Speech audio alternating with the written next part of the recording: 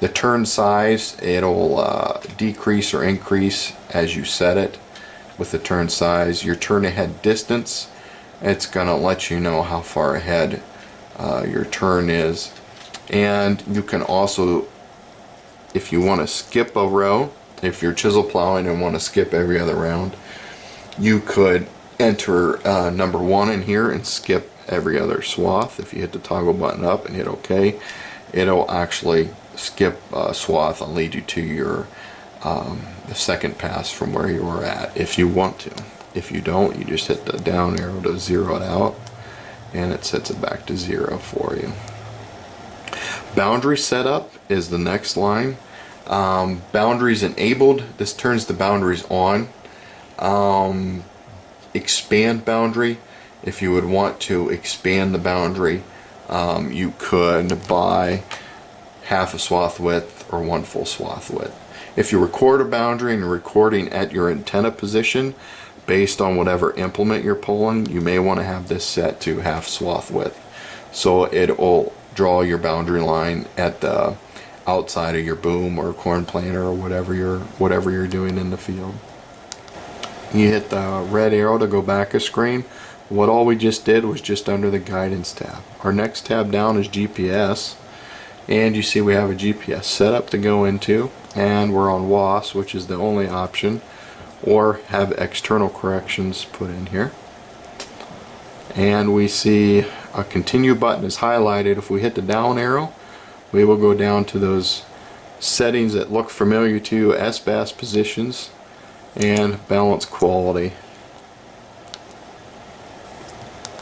If we go down another line, we'll see which satellite.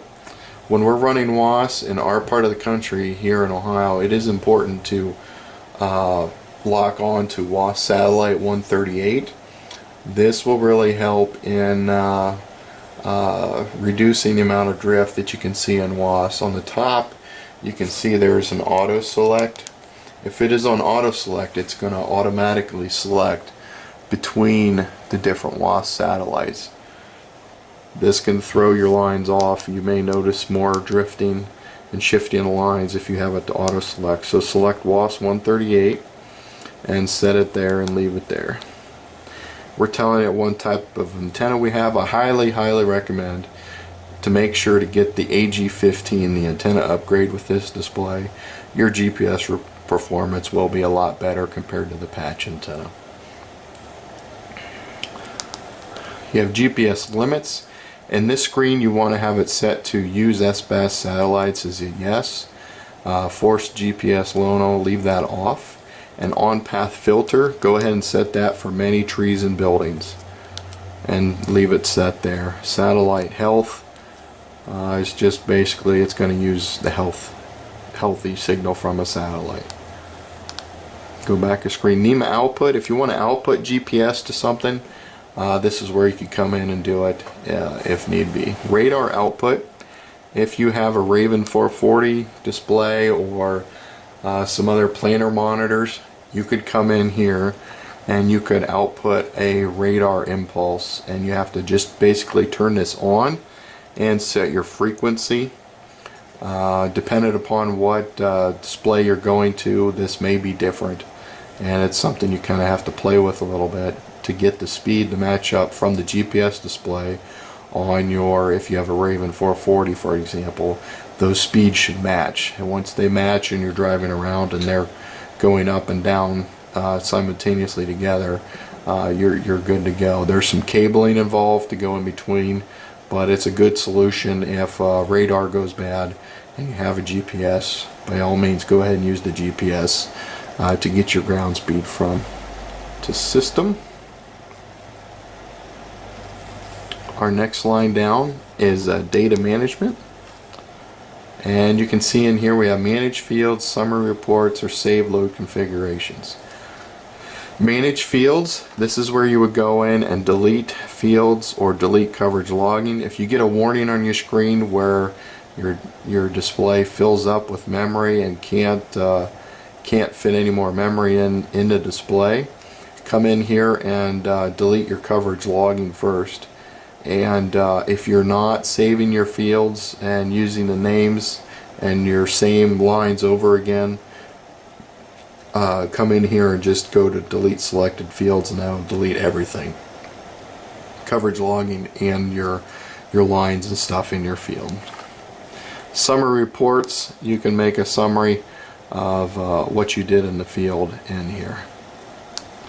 Save load configurations, this is very important in that your different implements, your different vehicles, if you have this using this with Easy Steer, this allows you to save those configuration files for measurements of both implemented vehicle as well as your calibrations for steering, and you save it in a configuration. And if you go in here, if you have not saved it yet, you would go into Save Current Configuration and hit the OK button, and you can see I've got some in here, 250 settings, chick manure and mow. And if you need to save a new one, you would just go ahead and Save Current Configuration and give it a name and save it. If you are wanting to pull up an old one, you go to Load Configuration and you scroll down to whichever one you want to load, and you hit the OK button and you hit the green check, and it loaded the configuration. And you can see how my screen went back to being bright from being dim because it remembered that setting in that configuration file. So data management is where the save load configuration is. So if we go into our screen and we go to Tool or Wrench and hit the OK button, and we go to Data Management and Save Load Configurations, that brings you up that file for you. Has to do with a point, and that's where it's going to be recorded at. If you were to drop a point or B point, it would be recorded at the antenna. Or a feature like a flag, if you drop a flag or mark a rock in the field, it would be a point. A line is where your line's going to be recorded from, and it'll give you a warning distance to that. An area, like an exclusion area or boundary, it'll be recorded at the antenna. Or you can delete the features. Say you drop a flag for a rock, you can come in and delete that feature. Easy Steer, this is where you would go in and do your Easy Steer setup. If I down is your status, and we went through that already, and you get your system status. Other important ones are GPS status. So those are the three different icons to go into. So wrench is where our settings were. The magnifying glass was zooming in or zooming out, and the top one is open field. So let's go ahead and open a field, and you will see you have three options: create new field, use field finder, select field by name. So if you don't have any fields in here, you have to go in and create a new field to open it up. If you have fields in here, you could go into Field Finder, and as long as you've been there with the display and have the field in the system, as you drive near it, it'll recognize it for you. Or you can select it by name, an old field by name, and you can scroll down, and you have to match up your client, your farm, and your field, whichever one you're doing. You can see I have 4 different fields in here.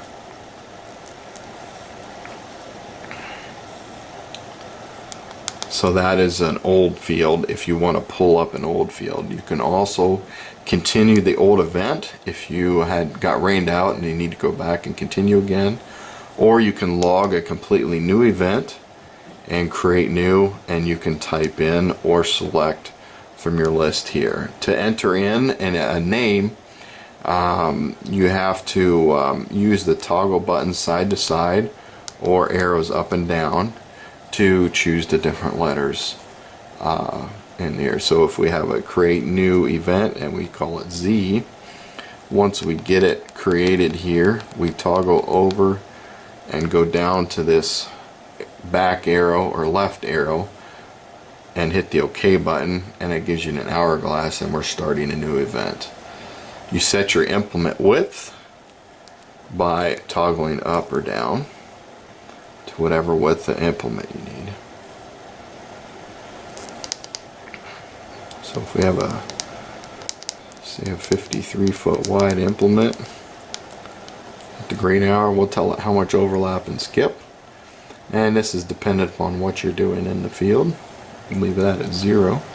Forward back offset is a measurement from your antenna to your spray booms or gang of discs or seed tubes or mower knife on your mowers or whatever you're working. If the thing is behind the antenna, you scroll down and make sure it says behind. If it's in front of the antenna, you make sure it says forward, like in a combine. Or if you have a front mount mower or something like that, you would be forward. So for what we're doing, we're going to be behind, 3-point mounted, be behind 24 inches. If you have an offset to the left or the right, this is where you want to enter that in. For a hay bind, as you can see there, is a great example.